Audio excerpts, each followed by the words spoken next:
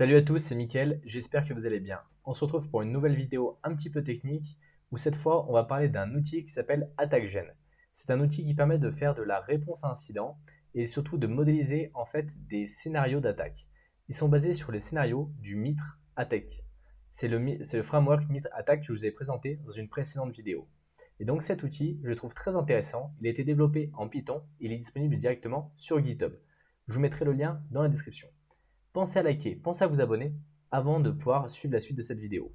Alors cette vidéo, elle est dédiée à cet outil qui s'appelle AttackGen, qui est disponible, comme je vous disais, sur GitHub, mais il y a également une version qu'on peut tester en ligne. Et donc, on va voir un petit peu comment ça fonctionne.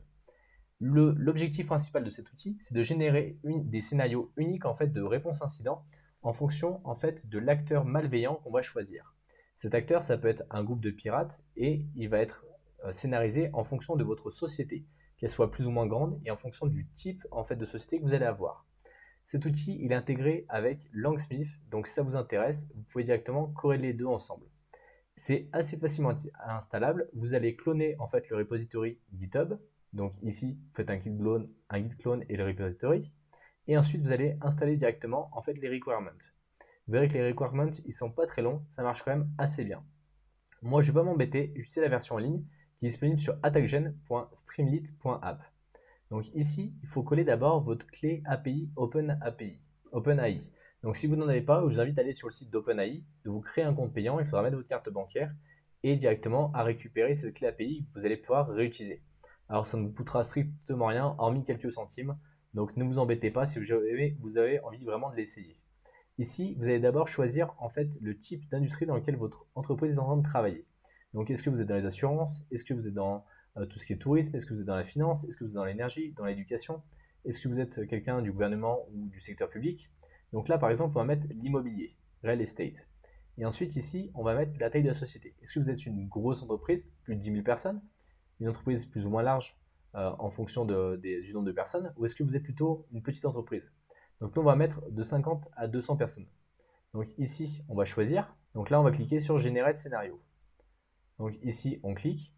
Et donc là, on va choisir en fait l'acteur malveillant. Donc là, on a APT41, APT16, APT17, Bronze Butler, Block Oasis, Black Tech, Chimera, Dark Hotel. Il y en a plein, plein, plein, plein, plein. Par exemple, on peut en prendre un petit peu connu. On peut prendre Lazarus Group. Comme ça, au moins, vous saurez à quoi vous êtes.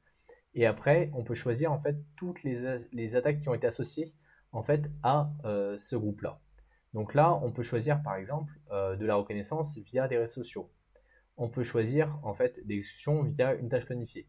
La persistance via un bootkit. Donc on peut par exemple chercher sur tout ce qui est défense évasion via le system check. Il y a plein plein plein de choses. Par exemple, lateral movement via du spear phishing fait en interne. Donc là, on va choisir nous cette technique-là et on va faire générer le scénario.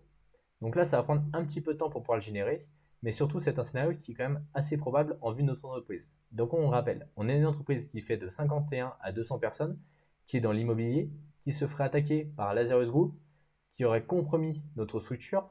Et au niveau de la compromission, ils vont utiliser du spear phishing, donc un phishing qui est ciblé directement en interne. Donc là, on a directement la réponse avec les différents éléments.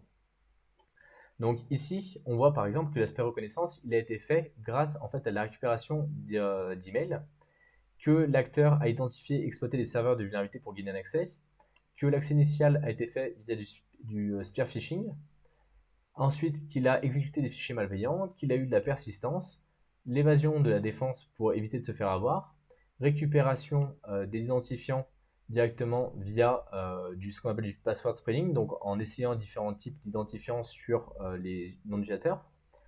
Et on a toute la suite des éléments. Et donc ici, ils vont nous donner des scénarios, et ces scénarios, vous pouvez les jouer au sein de votre entreprise pour voir si vous êtes préparé en fait à être capable de vous défendre vis-à-vis d'un attaquant comme celui-ci. Donc par exemple, au niveau de la reconnaissance, simuler un scénario où un employé reçoit un email suspicieux qui demande des informations confidentielles sur de l'immobilier. Donc ça, c'est quelque chose qui peut être assez cohérent. Cet email apparaît comme venant d'une source légitime, mais il contient certains indicateurs qui peuvent être malicieux. Et donc là, il faut voir déjà comment vos employés en fait vont réagir vis-à-vis de cette menace et quels sont les protocoles que vous avez pour pouvoir répondre à cet incident de sécurité. Donc là, vous allez par exemple simuler une attaque d'un attaquant malveillant qui va connaître une vulnérabilité qui est connue dans votre entreprise, dans un des serveurs de votre entreprise. Et donc là, est-ce que vous êtes en capacité en fait à monitorer, donc à surveiller l'ensemble des logs pour détecter un accès non autorisé ou des tentatives d'accès non autorisé sur un de vos serveurs? Est-ce que vous êtes capable? En fait, l'idée de l'ensemble de ces scénarios, c'est surtout de vous porter à réflexion et de savoir si vous avez protégé votre entreprise assez bien pour être capable de vous protéger de ce type d'attaque-là. Pour l'accès initial, donc là, simulation en fait d'un spear phishing, d'une campagne de spear phishing qui va cibler des employés avec un lien malicieux. Donc là, est-ce que vous êtes capable en fait de surveiller votre passerelle email pour détecter et bloquer l'ensemble en fait des emails qui peuvent être suspicieux? Et est-ce que vous êtes capable de surveiller les employés qui ont cliqué sur le lien et potentiellement qui vont donner des informations ou qui vont exécuter quelque chose de malveillant? Ça, c'est très important. La sensibilisation utilisateur, c'est vraiment un point fondamental dans la cybersécurité au sein des entreprises.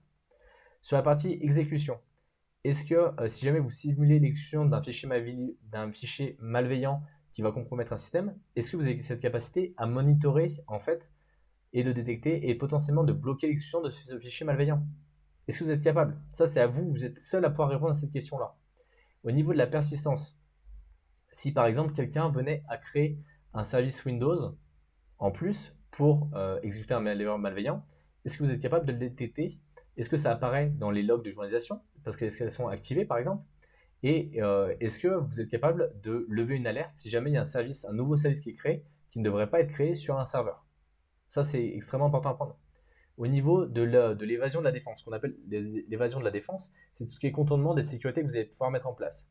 Et donc là, est-ce que vous êtes capable de monitorer par exemple l'intégrité de vos fichiers système pour voir s'ils n'ont pas été altérés?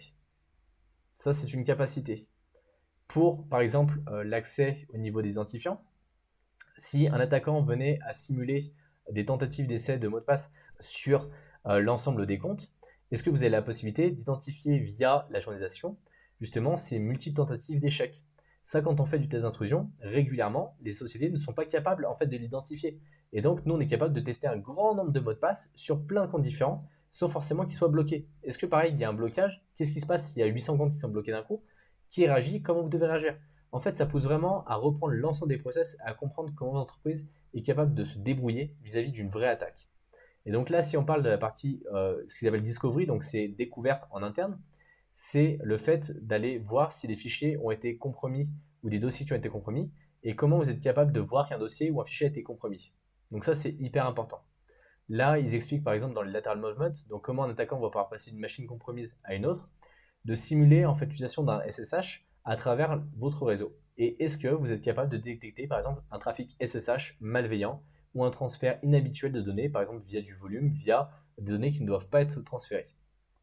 Donc ça après c'est à vous de voir. Ici ce qu'ils appellent dans collection, donc c'est est-ce que vous êtes capable d'identifier les données qui auraient pu être volées? Est-ce qu'il y a des marquages par exemple sur les données qui sont censées être publiques, des données qui sont censées être privées, des données qui sont censées être vraiment confidentielles? Est-ce que vous êtes capable de savoir si par exemple ces données-là peuvent être compromises? Tout ce qui est command and control, c'est donc identifier si un attaquant est capable de générer du trafic entre votre réseau et une source externe et d'arriver à voir si vous voyez par exemple des flux malveillants qui sortent de votre réseau, qu'est-ce que vous en faites? Ça rejoint un peu la partie exfiltration avec la quantité de données qui peuvent être exfiltrées. Est-ce que vous avez la capacité en fait à identifier tout ça? Bien sûr, on a l'impact sur tout ce qui est interruption de service. Est-ce que vous êtes en capacité à réagir rapidement? En fait, ça vous pousse vraiment à avoir l'ensemble de la réflexion. Ici, vous avez la possibilité de récupérer le scénario au format .md, donc c'est comme le format GitHub, hein. Ça vous permet d'avoir des gros encarts. Vous pouvez le réutiliser, vous pouvez le montrer. Et je pense que c'est extrêmement important, si vous êtes responsable sécurité dans une entreprise, de pouvoir donner des sources et expliquer un peu les différents scénarios et de voir si jamais il n'y a pas des trous dans la raquette. C'est extrêmement important de comprendre ça. Si vous débutez en cybersécurité, je vous invite tout de suite à télécharger le guide qui est disponible dans la description. Il est offert, donc allez vous servir. Maintenant, je vous invite également à laisser un like et à vous abonner pour ne pas rater la suite des prochaines vidéos en cybersécurité. À la prochaine!